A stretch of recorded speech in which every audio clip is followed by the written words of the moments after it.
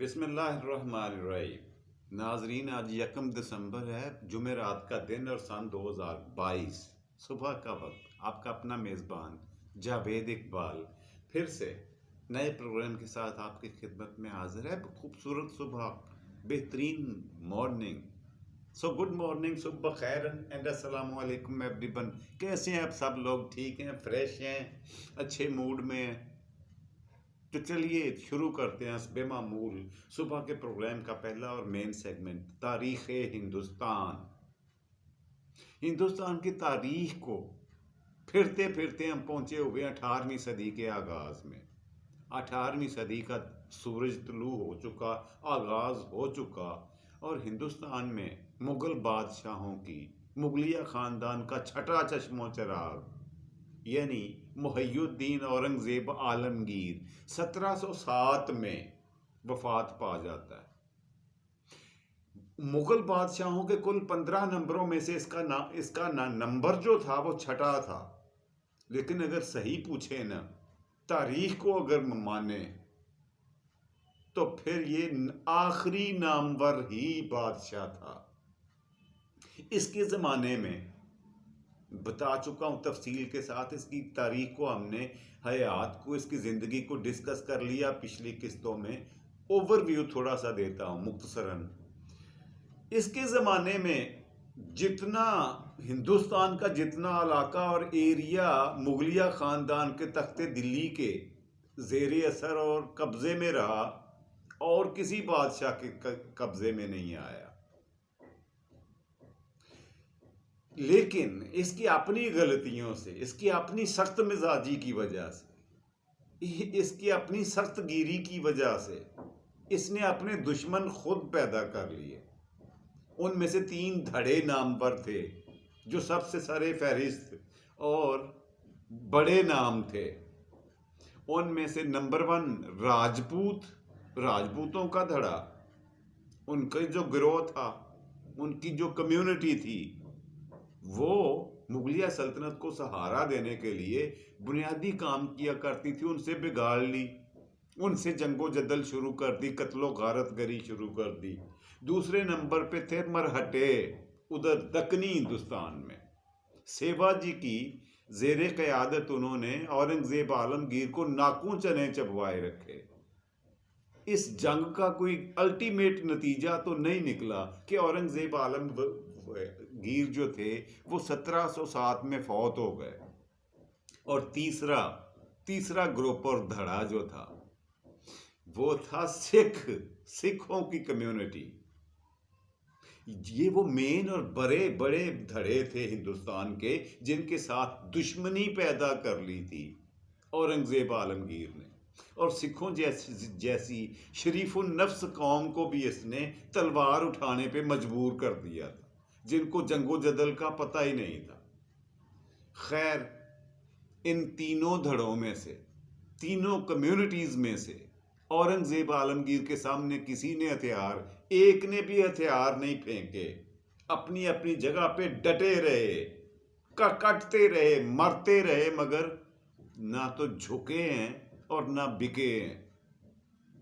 صرف سکھوں نے یہ کام کیا، انہوں نے سرنڈر تو نہیں کیا پوری طرح سے، ہتھیار نہیں پھینکے اس کے سامنے، مگر انہوں نے نقل مکانی کر دی۔ ہندوستان میں سے نکل کر انہوں نے ہمالیہ کی گود میں پناہ لی، اور وہیں پر یہ اورنگزیب عالمگیر کی وفات کا، اس کی موت کا انتظار کرتے رہے۔ جیسے ہی 1707 میں اس کی وفات ہوتی ہے تو وہ وہاں سے نکل کر سارے شمالی ہندوستان میں پھیل گئے سکھ برادری۔ اب اورنگزیب عالمگیر کیونکہ 1707 میں اس کی وفات ہو گئی، ہم نے اگلے یوں کہیں کہ نصف صدی، 50 سالوں کو ڈسکس کرنا ہے، آج ایک ہی دن میں دیکھنا ہے۔ 1707 سے لے کر 1757 تک کیا ہوا تھا میں آپ کو بتاتا ہوں۔ اچھا، 1707 میں جب اس کی وفات ہوتی ہے نا، اس کی اپنی سخت مزاجی اور اس کی اپنی کردار کی وجہ سے اس کے دونوں بیٹے، ایک ایران فرار ہو گیا، وہاں جا کر پناہ لے لی اور اپنی فیملی کے ساتھ آباد ہوا، وہاں پہ زندگی گزاری اس نے. اور دوسرا بیٹا جس کا نام نادر شاہ تھا، اس نے جا کر مرہٹوں کے پاس رہ لیا، ان کی فوج میں کمانڈ حاصل کر لی اور باپ کی خلاف لڑتا رہا. اب نقشہ چینج، سنیریو چینج ہو چکا تھا، نقشہ تبدیل ہو چکا تھا، بساط پلٹ چکی تھی.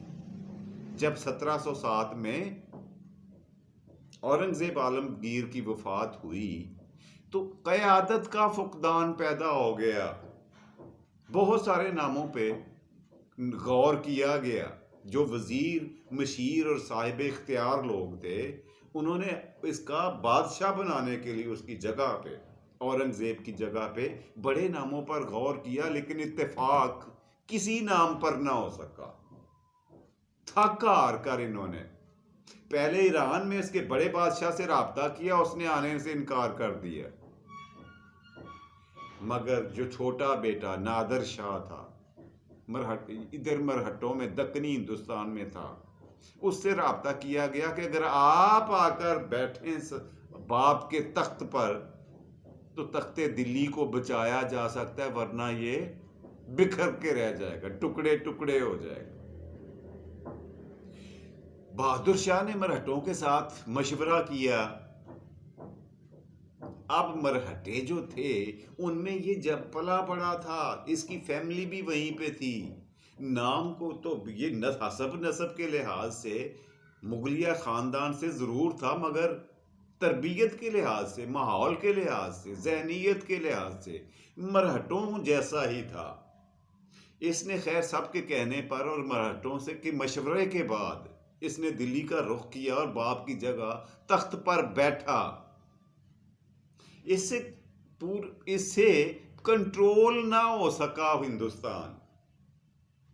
وہیں سے جب یہ 1707 میں باپ کی وفات کے بعد ہندوستان کا بادشاہ بن رہا ہے، یہ بادشاہ نمبر ہوا 7 مغلیہ خاندان کا. میں 15 گنواؤں گا، لیکن کیسے ابھی بتاتے ہیں.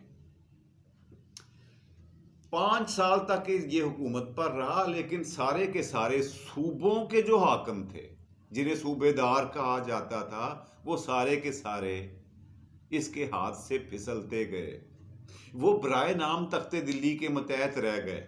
انہوں نے کہتے تو یہی تھے، ہم تخت دلی سے ہمارا تعلق ہے، ہماری سرپرستی وہیں سے ہو رہی ہے، مگر عملاً کچھ بھی نہیں تھا. جو سالانہ ٹیکسز ہوا کرتے تھے صوبوں سے مرکز کی طرف جانے والے، وہ ملتے تو رہے مرکز کو، مگر حسب دستور ملتے رہے، مگر حسب مقدار نہ ملے. جس کے 10 روپے ٹیکس بنتا تھا اس نے 2 روپے دے دیے، کبھی 3 روپے دے دیے، اپنی مرضی ہے اس. یہ حال تھا، یہ عالم تھا. تو پھر یہی حال خود صوبے داروں کے ساتھ ہوا. یعنی وزیر اعلیٰ جو تھے صوبوں کے، ان کے ساتھ بھی یہی ہوا کہ ان کے نیچے جو جاگیردار اور نواب تھے، انہوں نے عملاً علیحدگی اختیار کر لی. برائے نام وہ صوبے داروں کے ماتحت رہ گئے، مگر عملاً انہوں نے بھی ان کے احکامات من و عن ماننے سے انکار کر دیا. اب ہوا کیا، نادر شاہ جو تھا صرف 5 سال تک تخت پر بیٹھا اور قضائے الہی سے وفات پا گیا. اب قیادت کا جو فقدان تھا، اگلا 8واں بادشاہ ہندوستان کا بننے والا جو تھا، اس کا مسئلے کو لے کر بہت مشکلات کھڑی ہو گئی. تخت دلی میں، محل میں، بادشاہی محل میں. اور پھر اسی خاندان کے، مغلیہ خاندان کے اگلے 7 سالوں میں اندازہ کریں، within 7 years of space کتنے 3 بادشاہ بنے. تھے وہ مغلیہ خاندان کے، لیکن وہ مرہون منت تھے. تخت کی باغ ڈور سنبھالنے کے لیے، کرسی حاصل کرنے کے لیے اپنے وزیروں مشیروں کے، انہوں نے اپنی مرضی سے، اپنی دیا سے، اپنی خیرات سمجھ کے ان کو تخت دے دیا. ان کو بٹھا دیا، اور کسی کو 2 مہینے بعد اور کسی کو 6 مہینے بعد اتار کر قتل کروا دیا اور دوسرے کو بٹھا دیا۔ یعنی وزیروں مشیروں اور سفیروں کے بھی دھڑے اور گروہ بن گئے، وہ اپنی اپنی مرضی کا بادشاہ لانا چاہ رہے تھے۔ اور مغلیہ خاندان میں مختلف ناموں پر ان میں اختلافات پیدا ہوتے رہے، اور اگلے 7 سالوں میں نے عرض کیا کہ کتنے 3 بادشاہ بنے اور چلتے چلے گئے۔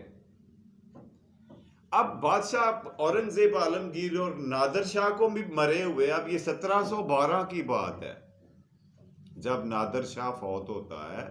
باپ 1707 میں اورنگزیب، اور اس کا بیٹا نادر شاہ 7واں ہندوستان کا مغل بادشاہ 1712 میں وفات پائی اس نے۔ اس کے بعد پھر سے یہ حالات جو ہوئے وہ میں آپ کو بتا رہا ہوں کہ وہاں پہ ایک افراتفری کا عالم تھا دربار میں۔ کسی بادشاہ کو یہ پتا نہیں ہوتا تھا کہ میں نے صبح زندہ بھی ہونا ہے کہ نہیں۔ وہ اپنی کرسی پہ بیٹھا ہوا ڈر رہا ہوتا تھا، کانپ رہا ہوتا تھا، اس کی کانپیں ٹانگ رہی ہوتی تھی کہ پتہ نہیں میرے کون سے وزیر نے مجھے قتل کر دینا، میرے کون سے سفیر نے، اسسٹنٹ نے مجھے جان سے ختم کر دینا، جان سے جہان سے ہی آزاد کر دینا۔ اسی خوف میں اگلا 7 سال، یعنی یہ 1712 میں جب وفات ہوتی ہے اس کے بعد کی بات کر رہا ہوں، اگلے 7 سال۔ اب وہ آ چکا تھا 1719۔ سمجھ آئی کہ ریپیٹ کروں پھر سے؟ 5 سال آئے بہادر شاہ کے حصے میں، اور اگلے 7 سال جو تھے 3 بادشاہ بنے۔ ٹوٹل کتنے ہو گئے؟ 10 اور وقت آ گیا، سن آ گیا 1719۔ اب یہاں کیا ہوا؟ یہاں ہمیں تھوڑی دیر کے لیے رکنا پڑے گا، واپس دکنی ہندوستان کے حالات دیکھنا پڑیں گے کہ وہاں کیا چل رہا تھا۔ یہاں پہ دلی میں تبدیلی آنے کے بعد، یہاں پہ مغلیہ سلطنت کی انتہائی کمزور ہونے کے بعد، دکنی ہندوستان جو آدھا ہندوستان تھا تقریباً، اب بھی ہے،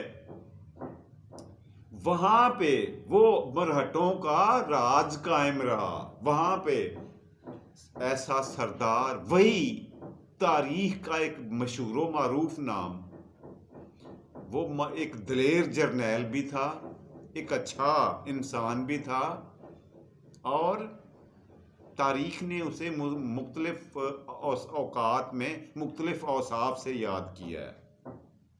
اس نے اپنی ٹیم کو، اپنی فوج کو اتنا طاقتور کر لیا کہ انہوں نے پورے دکنی ہندوستان کو کلیئر کیا۔ سب سے پہلے پورے دکن میں انہوں نے اپنی حکومت قائم کر لی۔ اس کے بعد انہوں نے کیا کیا؟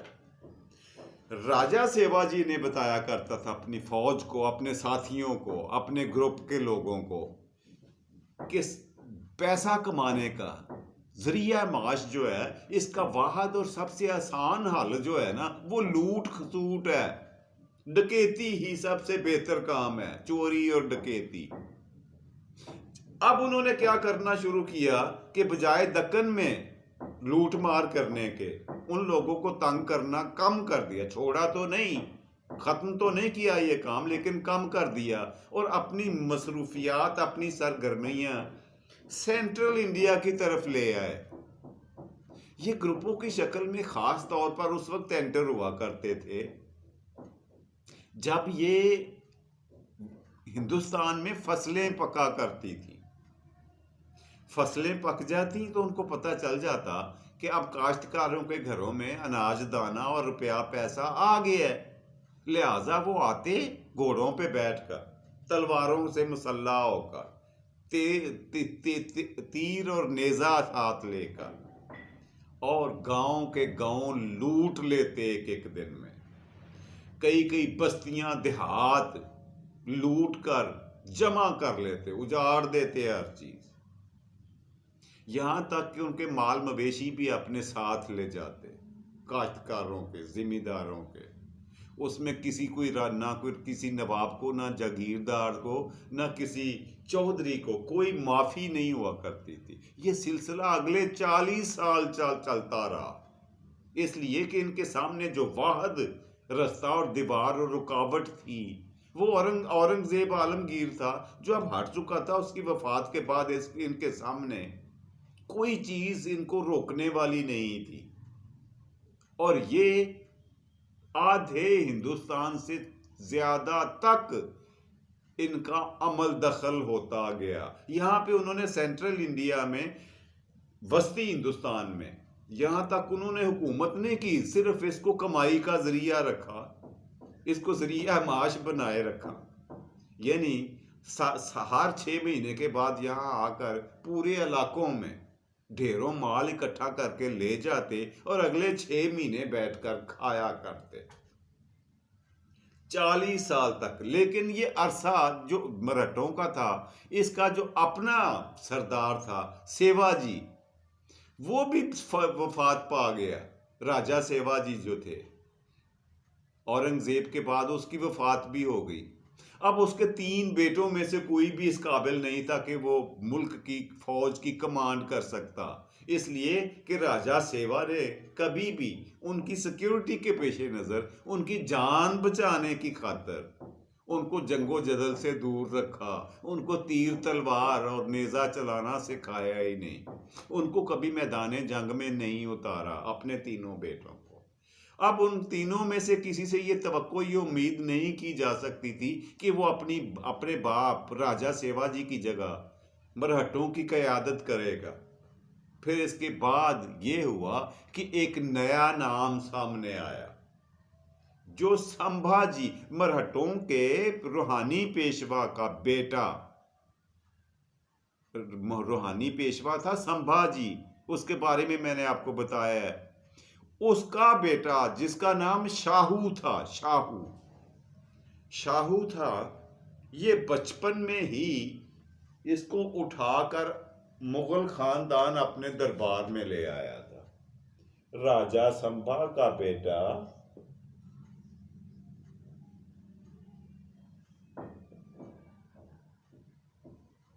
اس کا یہ بیٹا تھا اور اس کا نام تھا شاہو، یہ نوٹ فرمائیں۔ اچھا، شاہو کو یہ آفر کی گئی کہ آپ آ کر مرہٹوں کی قیادت کریں، یہ دلی میں تھا۔ اب اس نے موقع غنیمت جانا اور اس نے حامی بھر لی، جا کر اس نے قیادت کی، مرہٹوں کی حکومت کی، اور ستارہ نام کا اپنا کیپٹل سٹی دارالحکومت بنایا، اس کا نام تھا ستارہ۔ یہ سلسلہ چلتا رہا اگلے 20 سال تک، ادھر دکن میں بھی اور ادھر دلی کے حالات بھی میں نے آپ کو بتائے ہیں، سمجھائے ہیں۔ اس کے بعد کیا ہوا، یہ ہم کوشش کریں گے اگلے پروگرام میں دیکھنے کی، اس لیے کہ آج کے پروگرام کا وقت کافی ہو گیا ہے اور میں دیکھ رہا ہوں ویڈیو لمبی ہو رہی ہے، پھر لوگ فیڈ اپ ہو جاتے ہیں، اکتا جاتے ہیں۔ اگلے حالات جو ہیں، اس کے بعد کیا ہوا، وہ انشاءاللہ العزیز اگلے پروگرام میں اگلی قسط میں ڈسکس کریں گے۔ تو پہلے سیگمنٹ کو یہیں پہ کلوز کرتے ہیں۔ یہ ہم نے 1707 سے لے کر 1757 تک کا عرصہ دیکھا ہے، 50 سال ہندوستان کے۔ اس سے آگے اب ہم نے چلنا ہے، ٹھیک ہے؟ انشاءاللہ چلیں گے اگلے پروگرام سے۔ تو بڑھتے ہیں آج کے پروگرام کے دوسرے سیگمنٹ کی طرف، اور وہ ہوا کرتا ہے روزانہ کی طرح آج کا لفظ۔ جی، تو آج کا لفظ انٹرسٹنگ، سردیوں کے حوالے سے ایک ڈرائی فروٹ جس کا نام ہے بادام۔ اچھا، کسی کو ہے پتا کہ یہ بادام کا مطلب کیا ہے، کس زبان کا لفظ ہے، اور اس فروٹ کا نام، خشک میوے کا نام بادام کیوں رکھا گیا؟ یہ اس کا نام کیسے بنا؟ بادام. یہ اصل میں فارسی کے ایک لفظ کی بگڑی ہوئی شکل ہے تو یہ فارسی کا، لیکن فارسی میں شکل میں نہیں ہے، نہ پہلے تھا. فارسی میں ایک لفظ ہے بادامہ. بادامہ یہ دیکھیں، یہ لفظ ہے بادامہ، اور بادامہ فارسی میں موجود ہے، اور اس لفظ کا مطلب ہوتا ہے ہر وہ چیز جو انڈے کی شکل کی ہو، بیضوی ہو، اسے بادامہ کہتے ہیں. اب بادامہ کو جب اس شکل دیکھی گئی اس ڈرائی فروٹ کی، تو اس کی شکل بھی ایسی ہی تھی. اچھا، انگریزی میں آپ کو بتاؤں کہ بیضوی شکل کو، انڈے کی شکل کو اوول کہتے ہیں.